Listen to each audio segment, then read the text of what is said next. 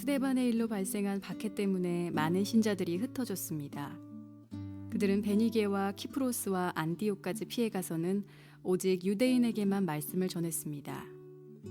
그들 중에는 키프로스와 구레네 출신 사람이 있었는데 이들은 안디옥에 이르러 그리스 사람들에게도 주 예수님에 관한 복음을 전했습니다. 주님의 손길이 그들과 함께 하셨으므로 많은 사람들이 믿고 주님께로 돌아왔습니다. 이 소식이 예루살렘에 전해지자 교회는 바나바를 안디옥으로 보냈습니다. 그는 안디옥에 도착하여 하나님의 은혜가 내린 것을 보고 기뻐했습니다. 그리고 모든 사람들에게 마음을 굳게 하여 주님을 의지하십시오라고 격려했습니다. 바나바는 착한 사람이요 성령과 믿음이 충만한 사람이었습니다. 그래서 많은 사람들이 주님께로 돌아왔습니다. 바나바는 사울을 찾으러 다소로 갔습니다. 사울을 찾은 바나바는 사울을 안디옥으로 데려왔습니다. 두 사람은 1년 동안 교회에 머물면서 많은 사람을 가르쳤습니다.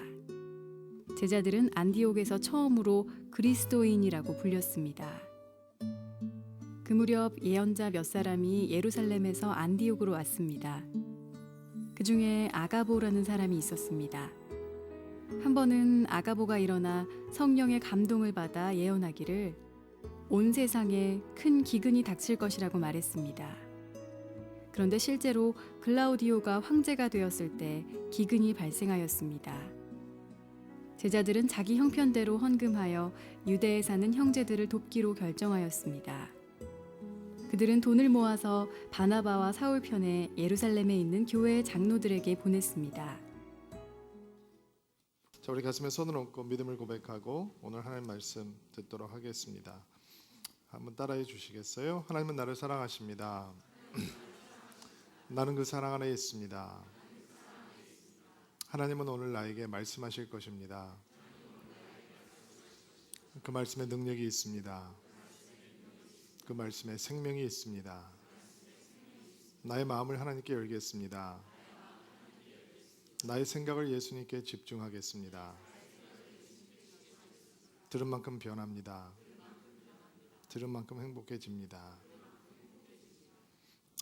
성령의 은혜가 고넬료와 이방인들에게 내렸다라고 하는 사건을 지난주에 저희들이 함께 보았습니다. 고넬료의 회심 사건은 베드로 같은 교회 지도자들 그리고 유대인들로 이루어졌던 이 예루살렘 교회가 복음이 유대인의 테두리에만 머물지 아니하고 땅끝까지 퍼져가야 한다라고 하는 하나님의 처음부터 가지셨던 꿈을 확인하고 확신케 하는 선교적인 회심 사건이었습니다. 고넬료가 바뀐 것이 아니라 고넬료가 베드로와 같은 교회 지도자들과 예루살렘 교회를 바꾸어 놓았던 것입니다. 하나님께서는 베드로가 보는 앞에서 그리고 할례받은 성도들이 보는 앞에서 이방인들에게 성령을 내리셔서 그것을 그들이 성령의 충만함으로 방언을 얘기하게 하시는 장면을 목격하게 함으로 하나님께서는 이방인을 받으시고 열방을까지 하나님의 복음을 흩으시기 위해 모든 준비를 완료하셨다라고 하는 것을 다시 한번 확인시켜 주시는 사건이 고넬료 사건이었습니다. 누가는 우리에게 또 다른 이방인들을 향한 하나님의 은혜 사건을 소개해 주는데 그것은 바로 안디옥에서 일어나고 있던 부흥의 사건입니다. 스데반이 순교를 하고 교회의 리더십들 사도들만 빼놓고 모든 성도들이 예루살렘을 떠나서 사방으로 흩어지기 시작했습니다. 그러나 하나님께서는 그것을 오히려 축복의 통로로, 은혜의 통로로, 부흥의 통로로 삼으신 것을 볼 수 있습니다. 이 19절 말씀, 20절 말씀 같이 한번 볼게요. 19절 말씀, 20절 말씀 읽어주세요. 시작. 스데반의 일로 발생한 박해 때문에 많은 신자들이 흩어졌습니다. 그들은 베니게와 키프로스와 안디옥까지 피해가서는 오직 유대인에게만 말씀을 전했습니다. 그들 중에는 키프로스와 구레네 출신 사람이 있었는데 이들은 안디옥에 이르러 그리스 사람에게도 주님에 관한 복음을 전했습니다. 자, 흩어지던 유대인 제자들은 자기들에게 익숙한 대로 율법적으로 허용이 된 대로 오직 유대인들에게만 예수를 전했다라고 얘기했죠. 그리고 그들이 가지고 있었던 고정관념이라고 하는 것이 얼마나 강력한 것이었는지 하나님께서 그것을 깨기 위해서 얼마나 세심하게 계획하시고 역사하셨는지 우리는 지난주에 고넬료 사건을 통해서 볼 수 있었습니다. 그런데 이름도 알려지지 않은 소수의 성도들이 안디옥이라는 곳에 이르러서 거기에서 헬라 사람들, 이 그리스 사람들에게도 복음을 증거하기 시작했다라는 것입니다. 여러분, 누가는 역사가입니다. 역사가에게는 이름, 지명, 시간 이런 것들이 굉장히 소중한 디테일입니다. 그런데 지금 하나님께서 행하시는 엄청난 위대한 역사 앞에서 누가는 아마도 일부러 사람들의 이름을 빼어 놓았던 것 같습니다. 왜냐하면 세계 최초로, 기독교 역사상 최초로 선교 전진 기지가 될 부흥과 부흥을 거듭하고 있던 안디옥 교회를 누가 시작했느냐라고 하는 개척자의 이름이 등장하지 않고 있습니다. 그래서 우리는 안디옥 교회가 아름다운 교회였다는 것도 알고 있고, 안디옥 교회가 선교 전진 기지였다는 것도 알고 있고, 안디옥 교회가 엄청난 부흥을 경험하고 있던 능력 있는 교회라는 것도 알고 있고, 안디옥 교회에 어떤 좋은 리더들이 목회를 했는지도 알고 있는데 그 교회를 누가 시작했는지는 알지 못합니다. 이름도 알려지지 않은 소수의 성도들이 안디옥에 이르러서 예수 그리스도를 그리스 사람들에게까지 증거하기 시작하고, 우리는 여전히 그들이 누구인지 모른 채로 안디옥 교회에 놀라운 큰 부흥이 임해왔다라고 하는 것을 전해 듣게 되는 것입니다. 예루살렘에서 쫓겨온 성도들이 안디옥에 사는 이방인들에게 복음을 전하는 것은 결코 쉬운 일이 아니었을 것입니다. 여러분, 성경을 읽으면서 우리에게 막연한 동경이 있는데 그건 뭐냐면요, 예루살렘이 최고의 도시일 거다라는 생각입니다. 그렇죠? 항상 예루살렘이 중심이에요. 유대 사람들에게도 한국에 사는 사람들과 똑같은 표현 방법이 있어요. 우리도 서울에 올라간다라고 표현을 하죠. 북쪽에 살아도 서울은 항상 올라가는 곳이에요. 예루살렘을 향해서도 그런 표현이 있어요. 예루살렘에는 항상 올라가는 곳이에요. 무슨 뜻이냐? 예루살렘이 중심이 있단 말이에요. 그리고 성경을 보면 우리는 예루살렘에서 이렇게 이 역사가 일어날 때 예루살렘은 엄청난 도시고 대도시고 삐까번쩍한 것이고라고 생각하기가 쉬운데, 지금 복음이 예루살렘과 온 유대와 사마리아를 넘어서 이제 땅끝까지 가야 되거든요. 안디옥이라고 하는 도시는 어떤 도시였냐면 로마 제국에서 로마 알렉산드리아 다음으로 세 번째로 큰 도시였어요. 그러니까 글로벌 도시, 국제 도시였다는 거예요. 무역과 상업이 굉장히 발달해서 돈이 넘쳐나는 곳이었고요. 이 도시의 시작은 알렉산더 대왕이 젊어서 죽은 다음에 그 엄청난 제국이 세 이 장군에게 흩어져서 분할돼서 나눠지잖아요. 그 장군 중에 한 명이 니카토르라고 하는 장군인데, 그의 아버지의 안토니우크스라고 하는 사람의 이름을 따서 주전 3세기 정도에 건설한 도시가 안디옥이라고 하는 도시예요. 다프네라고 하는 여신을 섬기는 성전이 있어서 엄청난 성전 창기들이 모여들었던 곳이고, 쾌락과 문명이 굉장히 향락이 넘쳐나는 전형적인 고대 이방 도시였어요. 안디옥 사람들은 자랑스러운 로마 제국의 중심 도시 시민으로 풍요로움과 자유로움을 만끽하면서 살고 있었죠.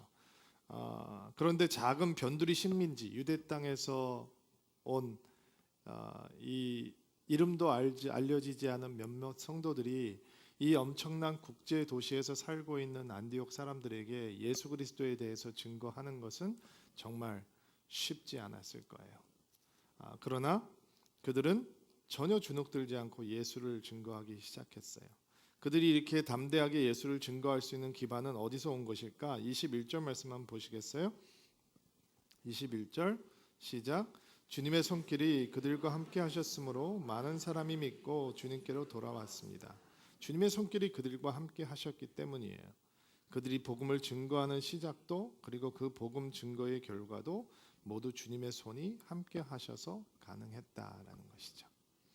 저희 성도님 중에 이런 간증을 들은 적이 있어요. 집에서 일을 봐주시는 분을 중국에서 온 교포 아주머니를 쓰셨대요. 보니까 허름하고 남의 집에 일을 도와야 되는 형편이니 넉넉하지 않은 살림이셨겠죠. 근데 이분은 처음에 이 중국에서 오신 교포 아주머니를 굉장히 이렇게 하대하듯이 대했대요. 근데 하루 종일 예수 얘기만 하더래요.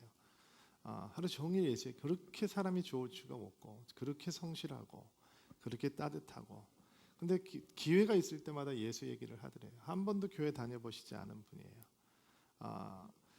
그리고 이 자기가 일을 하는 집에 계시는 여자 분이 마음이 강팍해지고 공허해지니까 끊임없이 성경에 대한 얘기를 기회가 있을 때마다 해주셨대요.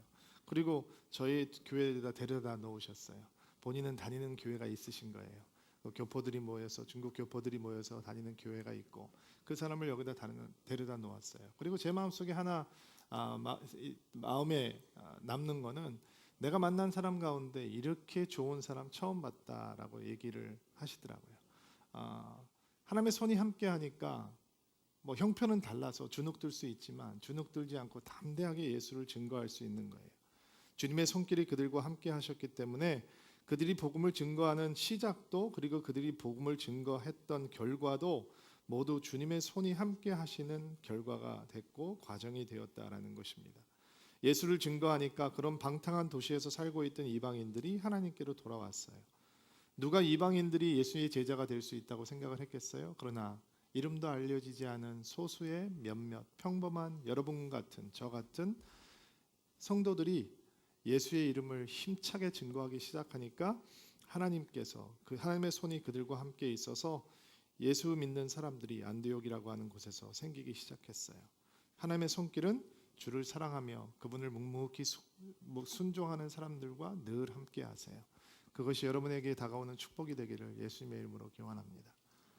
주의 손이 여러분과 함께 하십니다. 여러분이 공부를 하든 여러분이 직장 생활을 하든 여러분이 교회를 섬기든 가정에서 어떤 일을 하든 주를 사랑하고 묵묵히 주를 순종하는 사람들에게 하나님의 손이 항상 함께 하시는 거예요. 이 안디옥 교회를 개척했던 성도들은 베드로처럼 유명하지 않았어요. 사도 바울처럼 파란만장한 삶을 살지도 않았어요. 그들에게는 어쩌면 그런 특별한 이야기가 없을지 몰라요. 그러나 그럼에도 불구하고 그들은 예수라는 주인공을 전하는 조연의 역할을 온전히 감당했습니다. 자신의 이야기가 아닌 예수의 이야기를 전하고 하나님의 손이 그들과 함께 하셔서 큰 부흥이 일기 시작했습니다. 그 일은 처음부터 주께서 부탁하셨던 일이고 그들은 주님을 순종했을 때 하나님의 손이 그들을 떠나지 않고 함께 하셨던 것입니다. 서울 드림교회 이 하나님의 손이 함께 하시게 되기를 주의 이름으로 축복합니다. 오늘 예배드리는 모든 주의 교회에 이 하나님의 손이 함께 하시는 은혜가 있게 되기를 바랍니다. 그래서 수많은 사람들이 주께로 돌아오는 일이 주의 몸된 교회를 통해서 있기를 원합니다. 안디옥이라고 하는 세속적인 이방 도시에서 하나님을 믿는 사람들이 늘어가는 부흥이 있다는 소식을 예루살렘 교회에서 들었습니다. 고넬료가 성령을 받았다라고 했을 때 예루살렘 교회가 그 얘기를 듣고 화를 내잖아요. 베드로에게 왜 이방인의 집에 들어갔냐, 왜 이방인과 함께 먹었냐 라는 것을 가지고 화를 내고 열을 냈거든요. 그런데 제가 설교를 시작하면서 고넬료의 회심 사건은 예루살렘 교회에 있던 리더들과 예루살렘 교회가 회심하는 선교적인 회심을 하는 사건이라고 말씀을 드렸잖아요. 그들이 변했다라고 얘기했죠. 자, 더 멀리 떨어져 있는 이방 지역에서 이제 진짜 예수를 믿는 부흥이 일어나서 걷잡을 수 없이 교인들이 늘어가고 있다라고 하는 얘기를 예루살렘 교회가 듣고 이번에는 전혀 다른 반응을 보이기 시작합니다. 새로운 선교적인 마인드를 갖게 된 예루살렘 교회는 부흥의 현장에 있는 그들이 가장 신뢰하는 영적인 리더 한 명을 선택해서 선교사로 담임 목사로 파송을 해줍니다. 22절부터 24절 말씀 같이 한번 읽을게요. 시작. 이 소식이 예루살렘에 전해지자 방에는 바나바를 안디옥으로 보냈습니다. 그는 안디옥에 도착하여 하나님의 은혜가 내린 것을 보고 기뻐했습니다. 그리고 모든 사람들에게 마음을 굳게 하여 주님을 의지하십시오라고 격려했습니다. 바나바는 착한 사람이요 성령과 믿음이 충만한 사람이었습니다. 그래서 많은 사람들이 주께로 돌아왔습니다. 여러분, 바나바라고 하는 이름의 뜻이 뭐예요? 위로의 사람이잖아요. 격려의 사람이잖아요. 예루살렘 교회는 들려오는 첫 이방 교회의 담임 목사로 위로의 사람, 격려의 사람 바나바를 선택해서 보냈습니다. 얼마나 사람이 훌륭한지 이름까지 바꾸어서 불러야 할 만큼 예루살렘 교회는 소중한 리더였을 것입니다. 그러나 그들에게 가장 소중한 사람을 떠나보내는 그런 선교적인 교회로 예루살렘 교회는 만들어지고 있었습니다. 바나바는 성령과 믿음이 충만하고 착한 사람이었다라고 성경은 이야기합니다. 이것이 영적인 리더의 모습입니다. 착하기만 하면 안 됩니다. 무능할 수 있습니다. 믿음만 있어도 안 됩니다. 성령만 주장했어도 안 됩니다. 착하기만 하면 복음 없는 도덕주의자가 될 수 있고 복음과 윤리가 헷갈릴 수 있고 선한 것을 복음이라고 맹신하기 쉽고 자기의에 도취하기 쉽습니다. 믿음만 주장하면 냉랭해지고 고집스러우기 쉽습니다. 성령 체험이 없으면 이성적인 머리로만 믿기 쉽고 편협하고 좁아지기가 쉽습니다. 그러나 성령만 주장하면 자칫 잘못하면 엉터리처럼 비춰질 수도 있습니다. 사람들하고 좌충우돌하면서 성령하는 사람들로 변해버릴 수 있고 기도 제목으로 전락해버릴 수도 있습니다. 교회를 혼란케 하는 사람이 될 수 있다는 거죠. 삶의 열매도 있어야 합니다. 신앙적인 입견도 있어야 합니다. 영적인 사람은 예수를 향한 믿음, 십자가 복음에 근거한 신앙, 성경적인 믿음이 있어야 합니다.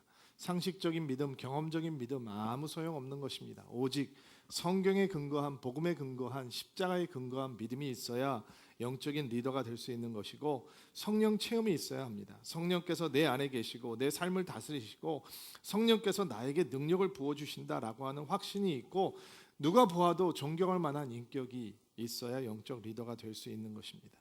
여러분 예수 믿는다고 하면서 예수 욕먹이면 안 되는 것이죠. 교회 다닌다고 하면서 교회 욕먹이면 안 되는 것입니다. 이것이 갖추어지는 사람이 영적 리더가 되어야 하는 것입니다. 믿음과 성령이 충만하고 착하고 선했던 바나바는 안디옥 교회에 와서 목회를 하니까 더 많은 사람들이 주께 돌아왔다라고 얘기합니다. 더 많은 사람들이 주님께로 돌아왔다. 이 말씀을 읽으면서 가슴이 뜨거워지기 시작했습니다. 기도가 절로 나오더라고요. 하나님, 안디옥 교회를 설명하고 있는 이 성경 본문이 이 땅에 있는 주의 교회들 그리고 우리가 사랑하는 서울 드림교회를 묘사하는 설명이 될 수 있도록 도와주십시오. 기도하는 한 주가 되었습니다. 하나님의 손이 그들과 함께 하셔서 더 많은 사람들이 주님께로 돌아왔습니다. 성경은 그들이 안디옥 교회를 다니게 되었다라고 말하지 않습니다. 성경은 그들이 주님께로 돌아왔다라고 얘기를 합니다. 안디옥 교회도 성령과 믿음이 충만한 격려의 사람, 위로의 사람 바나바도 통로에 불과했습니다. 교회가 은혜가 넘치니까 사람들이 하나님께로 돌아왔습니다. 그 교회를 통해서 주께로 돌아오는 자가 날마다 늘었다는 것입니다. 그것이 이 땅에 있는 모든 교회들이 누려야 되는 은혜입니다. 주여 이런 은혜를 우리 교회에게 주옵소서. 주여 이런 은혜를 우리 교회에게 주옵소서. 한 주 동안 기도하면서 설교를 준비했습니다. 여러분 영혼에도 그 기도 제목이 쌓이게 되기를 주의 이름으로 축복합니다. 하나님, 주님의 손이 우리 교회와 함께 하셔서 나와 함께 하셔서 우리 교회를 통해서 주께로 돌아오는 자가 날마다 많게 도와주십시오. 부흥이 멈추지 않자 바나바는 동역자가 필요했던 것 같습니다. 격려의 사람, 위로의 사람, 사람들에게 마음을 굳게 하고 주님을 의지하라고 격려하며 목회하던 바나바는 동역자가 필요하니까 한 10년 동안 잊고 있던 한 사람을 기억해 냅니다. 25절, 26절 말씀 읽어주세요. 시작. 바나바는 사울을 찾으러 다소로 갔습니다. 사울을 찾은 바나바는 사울을 안디옥으로 데려왔습니다. 두 사람은 1년 동안 교회에 머물면서 많은 사람들을 가르쳤습니다. 제자들은 안디옥에서 처음으로 그리스도인이라고 불렀습니다. 교회 핍박자였던 사울은 고향 다소라고 하는 곳을 중심으로 길기리아 그리고 시리아 지역에서 예수 그리스도를 전하고 살고 있었던 것 같아요. 여기서 찾으러라고 하는 단어는 철저하게 싹 이렇게 뒤지다라고 하는 의미의 단어거든요. 그러니까 이게 그냥 어디에 살고 있는 사울을 가서 쭉 찾아가서 방문해서 데리고 온 게 아니고 그 지역을 샅샅이 훑으면서 찾아다녔다라고 하는 표현이에요. 아마 사울이 다메섹에서 복음을 증거하다가 자기를 죽이려고 하는 사람들이 생겼기 때문에 그 제자들의 도움으로 밤에 야반 도주하잖아요. 바구니에 이렇게 줄 타고 내려와서 겨우 야반 도주를 하는데 그때부터 지금 바나바가 사울을 찾으러 나설 때까지 시간이 어느 정도 흐른 거냐면 약 10년에서 13년 정도가 흘렀다라고 보시면 돼요. 그러니까 바나바는 나름대로 자기 사역을 하고 있고 사울도 나름대로 다소와 길기리아와 시리아 지방에서 자기 사역을 하고 있었던 것 같아요. 어디 있지 몰랐던 사람을 가서 바울을 기억하고 찾아냈어요. 화려하지만 그리고 부가 넘치지만 지나치게 세속적이고 이방 문화 속에 있어서 타락했던 안디옥이라고 하는 도시에서 예수 믿는 사람들의 영적인 부흥이 생기자 바나바는 헬라 문화를 알고 헬라 말에 익숙하고 이러한 화려한 도시 문화에 주눅들지 않고 담대하게 복음을 증거할 수 있는 동역자가 누가 있을까 생각을 하다가 적합한 한 사람을 선택을 하게 되는데 사울을 데려오면 되겠다라고 생각하고 사울을 데리고 오는 것이죠. 바나바는 사람을 보는 눈도 사람을 믿는 마음도 사람을 세우는 리더십도 탁월했던 것 같아요. 바나바가 사울을 안디옥으로 데리고 왔다라고 하는 이 간단한 문장이 우리에게 시사하는 바가 크죠. 여러분, 사울이라는 사람이 굉장히 까칠한 사람이거든요. 근데 사울이 바나바에게 엄청난 존중과 신뢰를 가지고 있었던 것 같아요. 원래 역사라고 하는 것은 스토리인데 바나바가 사울을 만나서 어떻게 설득을 했고 가기 싫다고 그러는데 어떤 비전을 주었고 뭐 이런 얘기가 등장할 수 있는데 그냥 찾아서 데리고 왔다라는 말로 끝나는 것을 보면 아마 사울이라고 하는 사람은 바나바가 팥으로 매주를 쓴다고 해도 믿을 만큼 절대적인 신뢰와 존경을 가지고 있었던 것 같아요. 왜 아니겠어요? 어떤 사람도 그를 믿어주지 않을 때 바나바가 믿어주었고 그의 회심을 사람들이 믿지 않을 때 그의 회심을 소개해 주었고 예루살렘 리더들에게 그를 보증해 주었고 이 사람 진짜입니다 라고 얘기해 주었던 사람이 바나바였으니까 사울은 바나바의 초청을 받고 주저함 없이 이방 도시에서 새로운 사역을 시작했어요. 26절 다시 한번 올려주세요. 26절 다시 한번 읽어주세요. 시작. 두 사람은 1년 동안 교회에 머물면서 가르쳤습니다.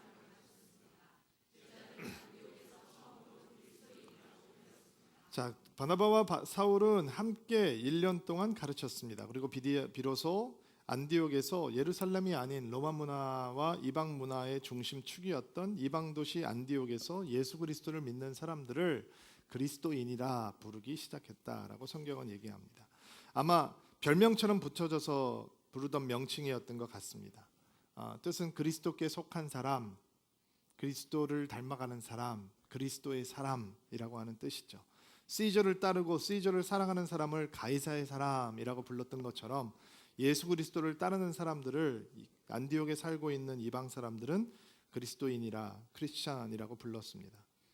타락한 이방 도시에 예수를 믿는 제자들이 생겼습니다. 부흥이 일어나기 시작합니다. 교회에 사람들이 모여들기 시작해요. 그리고 주변에 있는 사람들이 교회에 모여드는 사람들을 향해서 새로운 이름을 지어서 부르기 시작합니다. 그리스도의 사람, 그리스도에게 속한 사람, 그리스도인, 그리스도를 따르는 사람들, 그리스도만 말하는 사람들, 그리스도의 향기를 풍기는 사람들, 예수를 생각나게 하는 사람들이라고 부르기 시작했습니다. 마음이 숙연해집니다. 비록 그것이 조롱의 말이었어도 괜찮습니다. 그것이 비웃음이면 어떻습니까? 세상은 안디옥에서 부흥의 한가운데 있던 예수님을 믿는 사람들에게 저 사람들은 예수님의 사람이다, 예수의 사람들이다 라고 불러주기 시작했습니다. 얼마나 명예로운 말입니까? 얼마나 예수를 잘 믿고 얼마나 예수를 잘 사랑했는지 타락한 이방 도시의 사람들도 그들은 예수의 사람이라는 것을 볼 수 있었습니다. 오늘 여러분에게 설교를 하고 있는 여호수아 목사를 보시기 바랍니다. 무엇이 생각납니까? 회개가 절로 나옵니다. 제 아내는 제 얼굴을 떠올리면 가장 먼저 무엇을 생각하게 될까? 목숨처럼 소중한 나의 딸들은 아빠라고 생각하면 무슨 생각이 제일 먼저 날까? 그냥 우리 아빠 우리를 참 사랑하지 라고 끝나면 어떡하지? 내가 그들에게 예수를 가르쳐주지 않는 사람이 되면 어떡하지? 사람들이 나보고 그냥 열정 있는 훌륭한 목사라고만 하면 어떡하지? 사람들이 나를 만나고 사는데도 예수를 보여주지 못하면 어떡하지? 마음이 무거워지기 시작하고 참 많은 회개의 기도가 나왔습니다.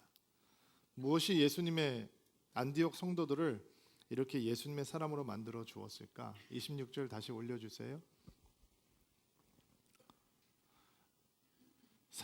사울을 찾은 바나바는 사울을 안디옥으로 데려왔습니다. 두 사람은 1년 동안 교회에 머물면서 많은 사람들을 어떻게 했다고요? 가르쳤습니다. 가르침이었습니다. 그들이 모여서 무엇을 배웠을까? 헬라의 철학이었을까요? 세상의 학문이었을까요? 새로운 지식이었을까요? 아닙니다. 그들은 모였습니다. 그리고 그들은 예수에 대해서 배우기 시작했습니다. 예수의 말씀에 대해서 공부하기 시작했을 것입니다.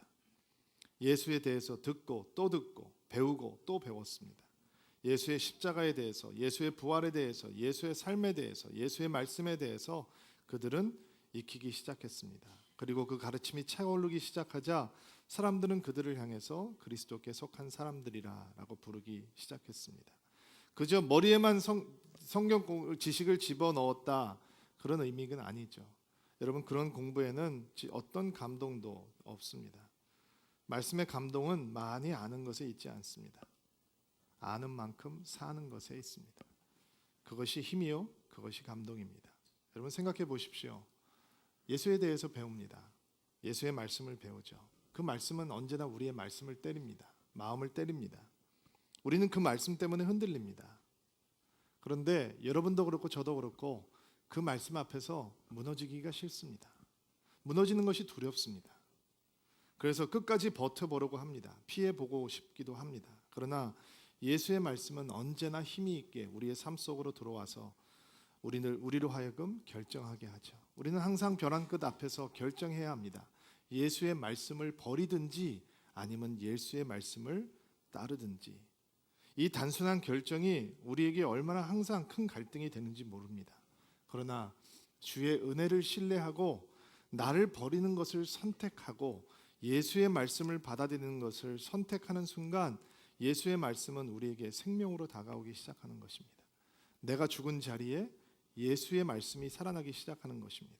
내가 살아있으면 나의 냄새가 진동하지만 예수가 살아나시니 우리는 예수의 향기로 넘치기 시작하는 것입니다. 안디옥 교회 성도들은 말씀을 배웠습니다. 들었습니다. 그들에게 지식이 쌓였기 때문에 사람들이 그들을 그리스도인이라 했을까요? 헬라의 철학을 논하는 대신 단순히 예수 그리스도에 대해서 얘기를 했기 때문에 교회에 대해서 대화하기 시작했기 때문에 사람들이 그들을 그리스도인이라고 불렀을까요? 여러분, 말씀은 우리에게 무엇을 요구합니까? 말씀은 우리에게 이해를 요구하지 않습니다. 말씀은 항상 언제나 육을 향해서 자신을 향해서 죽음을 선포하라라고 요구합니다. 그리고 예수를 향해서 다시 살아나라라고 요구합니다. 사람들은 안디옥 교회 성도들을 그리스도의 사람이라고 부르기 시작했습니다. 사울이 그 현장에 있었습니다.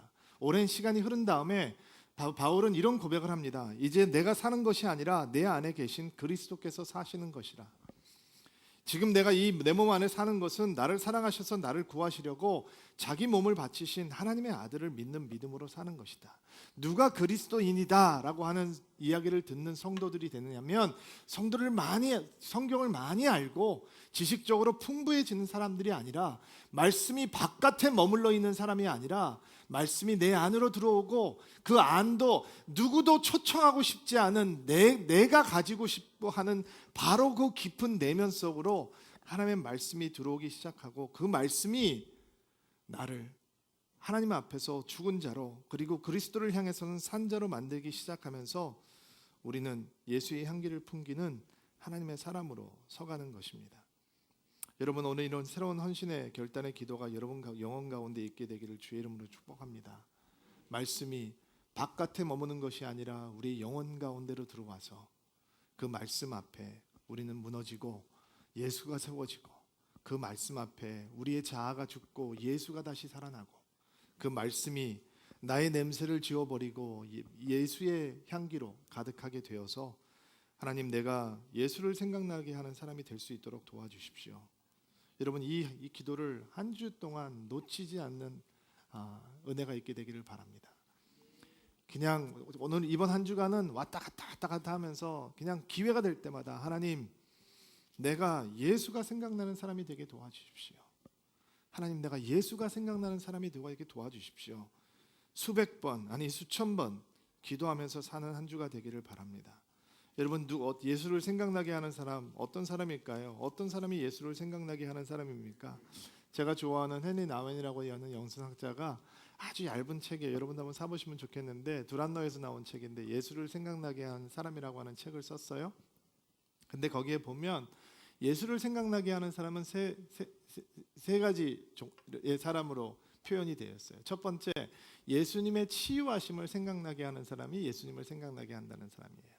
예수님의 붙드심을 생각나게 하는 사람이 바로 예수님을 생각나게 하는 사람이라는 거예요. 또 예수님의 인도하심을 생각나게 하는 사람이 예수님을 생각나게 하는 사람이라는 거예요. 그리고 나후에는 사람들이 그렇게 존경하고 존중하는 하버드 대학의 교수 자리를 떠나고 한 지체의 부자유아를 섬기는 공동체의 일원으로 들어가서 생을 마무리하게 됩니다. 그는 엄청나게 깊이 있는 책들을, 수십 권의 책들을 집필했죠. 그러나 우리는 그의 글의 감동보다 그가 어떤 삶을 살고 갔냐에 대한 감동으로 예수님을 떠올리게 되는 것입니다. 이단을 보십시오. 그들이 말씀을 모릅니까? 여러분 신천지 만나보셨나요? 비유풀이 청산유수입니다. 여러분 구원파 사람 보셨나요? 구원받았어? 거듭났어? 파고 들어오기 시작하면 정신이 혼미해집니다. 예수 믿는 사람들도 구원 안 받은 것처럼 만들어 놓습니다. 성경을 앞뒤로 찾기 기계처럼 찾아대기 시작합니다. 여호와의 증인하고 성경 공부해 보셨나요? 여러분 입술에 모터 달았습니다. 그리고 이게 14만 4천에 들어가야 된다라고 하는 열정을 갖게 만들어 줍니다. 그러나 우리는 그들을 보고 예수를 생각나게 하는 사람이다라고 말하지 않습니다. 거기에는 생명력도 없고 감동도 없습니다. 말씀이 우리 속으로 들어와야 하고 말씀이 우리 내면과 충돌해야 하고 우리는 그 말씀 속에 무너져 내리고 예수가 세워질 때 우리는 예수의 사람이 되어가는 것입니다. 입에서 쓰더라도 우리는 그 말씀을 먹어서 그 말씀이 우리 속으로 들어오고 우리 속에서 그 말씀이 녹아버릴 때 우리는 예수 향기를 풍기는 하나님의 사람이 되는 것입니다. 안디옥의 성도들이 격려의 사람 바나바로부터 그리고 다메섹의 회심을 경험한 사울로부터 말씀을 받았습니다. 뜨거운 말씀이 그들을 변화시켰습니다. 그랬더니 하나님께서 또 다른 은혜를 주세요. 27절부터 30절 말씀 읽겠습니다. 시작. 베드로와 그 중에 아가보라는 사람이 있었습니다. 한 번은 아가보가 일어나 성령의 감동을 받아 예언하기를 온 세상에 기근이 닥칠 것이라고 말했습니다. 그런데 실제로 글라우디오 황제가 되었을 때 제자들은 자기 형편대로 헌금하여 유대에 사는 형제들을 돕기로 결정하였습니다. 그들은 돈을 모아서 바나바와 서울편에 예루살렘에 있는 교회의 장로들에게 보냈습니다. 자, 말씀이 풍성하게 넘쳐나자 안디옥 교회에 예언자들이 나타났습니다. 특별히 아가보라고 하는 예언자가 큰 기근이 있을 것이다 라고 하는 예언을 해 주었습니다. 여러분 은혜가 넘치면 하나님 예언이라고 하는 말씀도 옵니다. 그런데 은혜가 넘치면 그 예언이 올 때 혼란스러워지지 않습니다.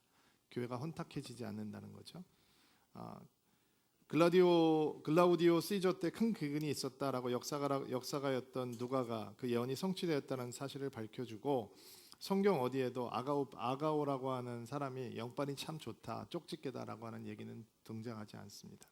사람들이 아가오 앞에서 예언 받으려고 줄 섰다라고 하는 얘기도 등장하지 않습니다.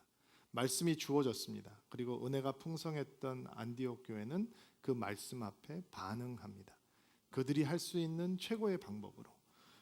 29절에 주목해야 되는 표현이 하나 있어요. 29절 보시겠어요? 제자들은 자기 형편대로 헌금하여 유대에 사는 형제들을 돕기로 결정하였습니다. 예수 믿은 지 얼마 안 된 사람들입니다. 그러나 그들은 말씀으로 충만해져 있고 하나님 앞에 반응하는 것에 익숙했기 때문에 자기의 형편대로 하나님 앞에 드리는 것으로 결정했습니다. 어느 누구도 강요하지 않았습니다. 일괄적으로 회비를 걷듯 하지도 않았습니다. 그냥 형편이 허락하는 대로 사랑으로 헌금을 했고 그들이 주어진 하나님의 말씀에 반응하는 것은 기근 때문에 고통을 당하는 형제들을 위해서 자신들의 마음을 사랑을 나누는 것이었습니다. 여러분 안디옥 교회 성도들과 예루살렘 교회 성도들은 만난 적이 한 번도 없는 사람들입니다. 그럼에도 불구하고 그들은 헌금하기로 결정했습니다. 말씀이 넘쳐나고 그리스도의 향기를 풍기고 있던 사람들은 자기 일이 아니래도 아파할 줄 알았던 것입니다. 여러분 한번 상상의 날개를 펴고 한번 여러분 마음속에 상상을 해보시기 바랍니다. 이방인들이 모여있는 커다란 안디옥 교회, 주일 예배에서 사람들이 정성껏 헌금을 합니다. 큰 기근으로 배를 줄이고 고통을 당하는 유대 땅에 살고 있는 성도들을 향해서 한 번도 거기를 가본 적이 없는 이방인들이 눈물을 흘리며 기도하기 시작합니다. 그리고 힘을 다해 헌금을 하고 자기의 담임 목사들이었던 사울과 바나바에게 헌금을 주어서 예루살렘에 있는 성도들을 갖다 전해주라라고 파송을 하면서 보냅니다. 그리스도인, 예수께 속한 사람들, 그들의 모습입니다. 우리도 오늘 말씀 앞에 섭니다. 서울도 안디옥만큼 세속적이고 화려하고 풍요롭습니다. 서울의 문화도 안디옥의 문화만큼 타락했습니다. 그런데 그 안에서 다른 길을 가는 사람들이 있습니다. 다른 향기를 풍기는 사람들이 있습니다. 그리스도께 속한 사람들입니다. 주여 예수의 사람이 되게 해 주옵소서. 예수의 길을 가는 사람이 되게 하시고 예수의 향기를 풍기는 사람이 되게 하시고 말씀이 우리 밖에 있지 않고 우리 안에서 우리를 녹여서 예수처럼 변화시키는 은혜를 주옵소서. 그 기도가 여러분의 영혼을 가득 채우는 한 주가 되기를 예수님의 이름으로 축복합니다. 같이 한번 기도합시다.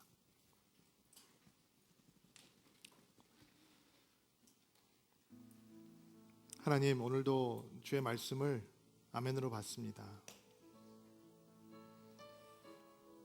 우리 주변의 사람들이 우리를 보면 예수께 속한 사람이라고 보아줄지 마음이 두렵고 떨립니다.